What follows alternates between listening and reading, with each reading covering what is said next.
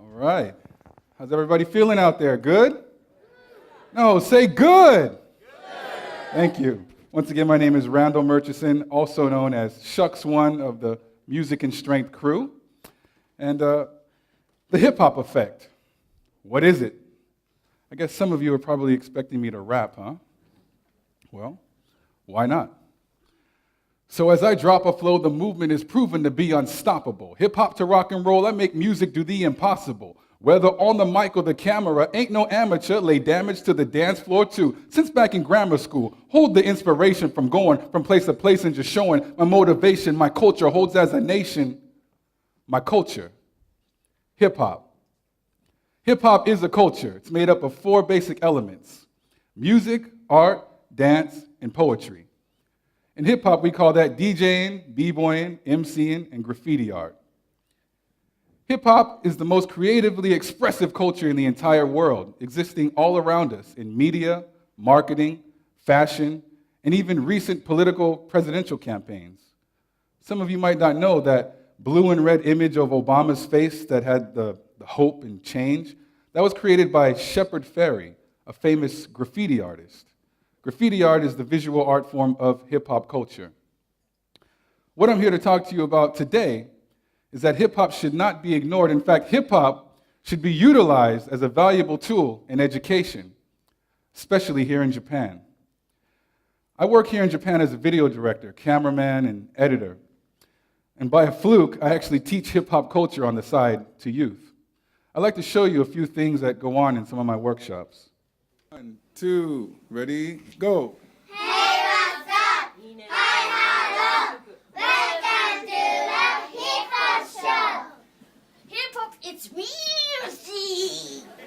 Hip Hop is art. Hip Hop is this. Hey, what's up?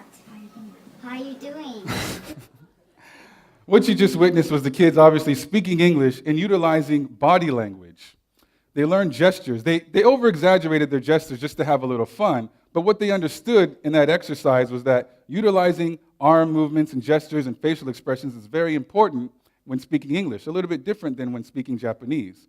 Obviously, what you see them doing now is dancing. I'm not a dance teacher. I didn't teach them how to dance. What I taught them was self-expression, individuality, being able to step out there and do something different than the next person. And these kids were extremely shy when I first encountered them, so to see them do what they just did was actually an incredible feat. What are you doing? I'm drawing. Drawing what? Drawing graffiti. What's graffiti? It's hip hop. You try. Yes, sit down.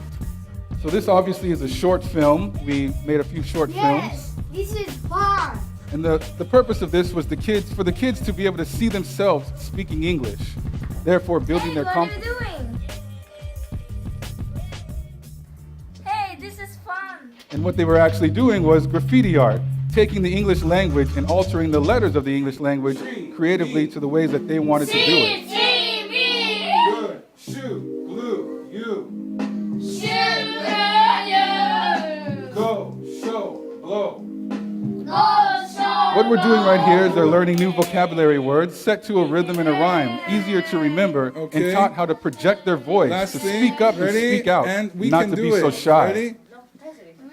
1, 2, ready, go. We can do it. We won't stop. We learn English with hip hop. Peace. So there you have it. We can do it. We won't stop. We learn English with hip hop. They learn the words, they learn the meaning of those words, and they can take on the meaning of those words other than just learning English later on in life. We can do it. We won't stop. Again, building their self-confidence. This is actually irrelevant. It's just to let them know that I'm a kid too, that I can have fun too, that I'm not just an authority figure. In fact, I'm not an authority figure, that I can learn from you. She was teaching me how to comb my hair at that moment. So what I'm getting at with the hip-hop effect is basically self-confidence. Myself, I was lucky enough to grow up in the hip-hop culture. I was born into it. My father collected records that were the foundation of hip-hop culture, and I got to see kids, doing their thing out on the corners and whatnot, and being here in Japan and noticing that a lot of people that study English for many years and graduate with minimal communication skills kind of bothered me. So I figured if I was to teach English, I want to make sure that the kids can actually utilize what I'm teaching them. Because just because you teach them the words doesn't mean they have the confidence to go out and utilize it. Similar to the way that all of us can learn the words to a song on the radio, doesn't mean that any of us can just jump on a stage and perform that same song to an audience of people who we don't know. So I took that into consideration and thought, in my lessons, I'd like to teach in a way that I know, again, that they're going to utilize this. So if I taught them, kids that can't speak English, a rap song completely in English, could they memorize the words? And on top of that, could they get on stage and perform that? I didn't think it was possible, but I have something else to show you. Are you guys ready? Everybody? I say hip hop, I beat to the hip hop. You don't stop. Boogie to the bang bang boogie. Up and the boogie to the rhythm of the boogie beat. Now what you hear is none of this. I'm rapping to the beat. It's me too and Maku. Right, move feet. I am on the mic and the right say hello. The black, white, red, brown, purple and yellow. Hip hop, we won't stop, we won't stop. Hip hop, we won't stop, we won't stop. Hip hop, we won't stop, we won't stop. Hip hop, we won't stop, we won't stop. Go shooter, go shooter, go shooter, go shooter, go shooter, go shooter, go shooter, go Tiger, go Tiger, go Tiger, go Tiger, go Tiger, go Tiger, go. Let's show them the handshake. You ready?